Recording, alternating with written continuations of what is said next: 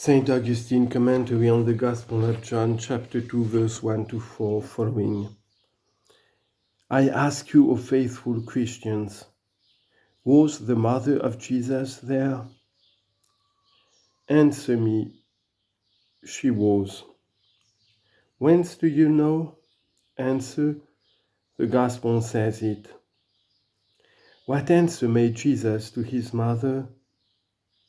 You answer, Woman, what have I to do with you?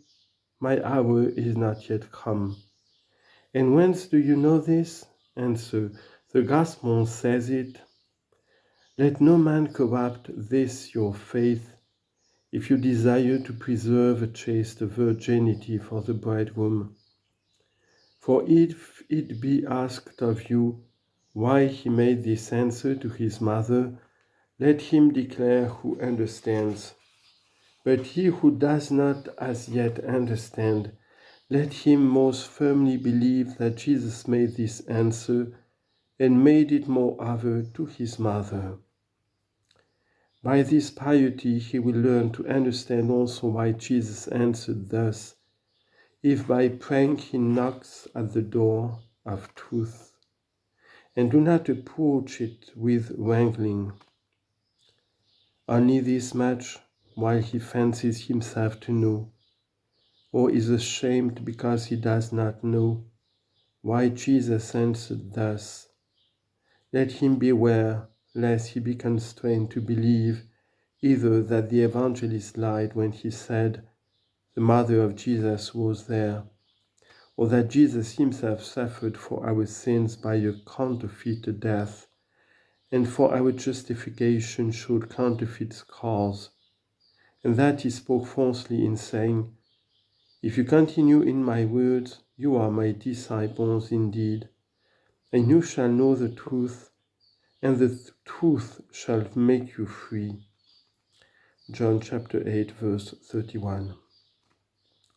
For if he had a false mother, false flesh, false death, false wounds in his death, false scares in his resurrection, then it will not be the truth, but rather falsehood, that shall make free those that believe on him. Nay, on the contrary, let falsehood yield to truth, and let all be confounded who would have themselves be accounted truth speaking, because they endeavor to prove Christ a deceiver, and will not have it said to them, We do not believe you, because you lie, when they affirm that truth itself has lied.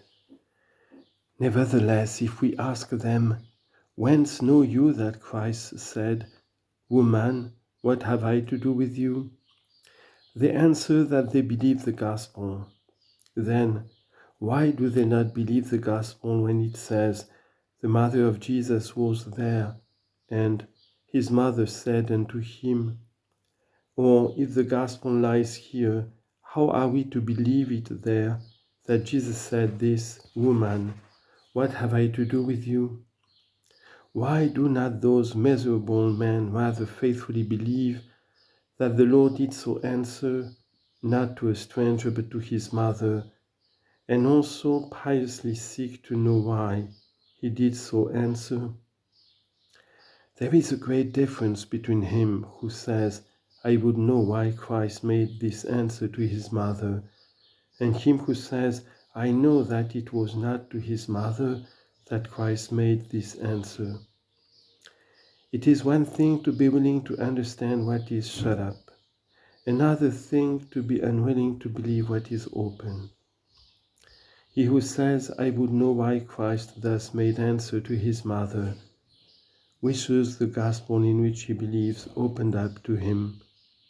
But he who says, I know that it was not to his mother that Christ made this answer, accuses of falsehood the very gospel wherein he believed that Christ did so answer.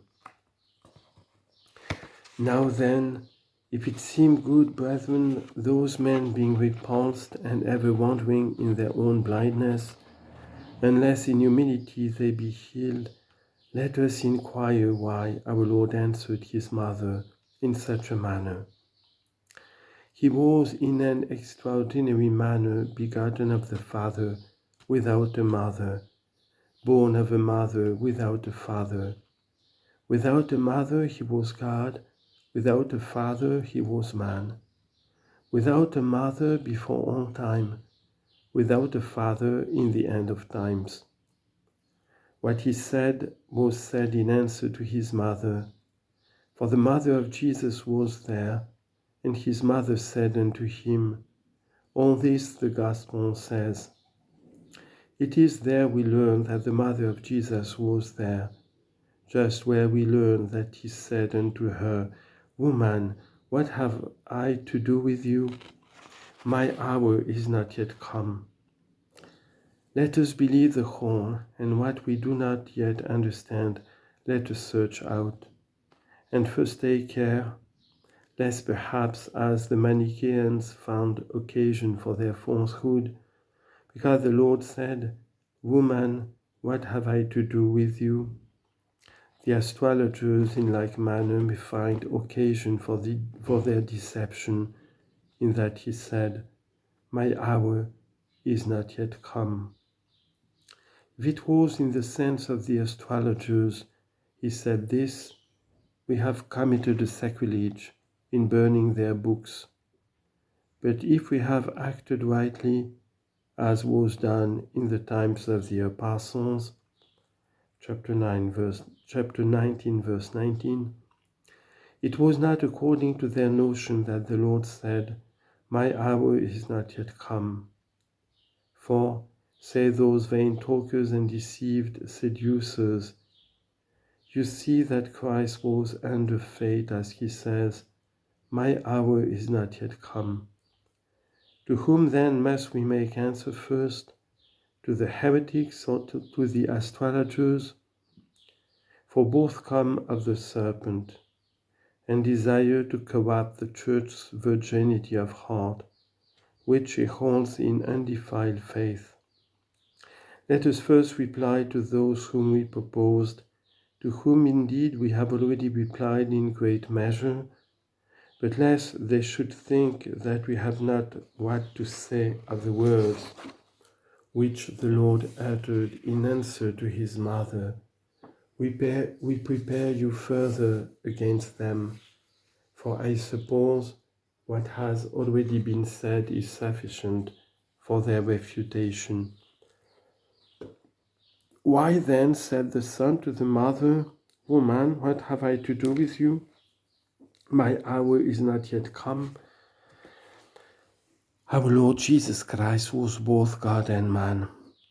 According as he was God, he had not a mother. According as he was man, he had. She was the mother, then, of his flesh, of his humanity, of the weakness which for our sakes he took upon him. But the miracle which he was about to do, he was about to do according to his divine nature, not according to his weakness, according to that wherein he was God, not according to that wherein he was born weak. But the weakness of God is stronger than man. 1 Corinthians 1:25. His mother then demanded a miracle of him, but he, about to perform divine works, so far did not recognize a human womb, saying in effect, that in me which works a miracle was not born of you, you gave not birth to my divine nature, but because my weakness was born of you, I will recognize you at the time when that same weakness shall hang upon the cross. This indeed is the meaning of my hour is not yet come. For then it was that he recognized who, in truth, always did know. He knew his mother in predestination, even before he was born of her, even before as God he created her, of whom as man he was to be created. He knew her as his mother. But at a certain hour, in a mystery, he did not recognize her. And at a certain hour, which had not yet come, again in a mystery, he does recognize her. For then did he recognize her, when that to which she gave birth was a dying.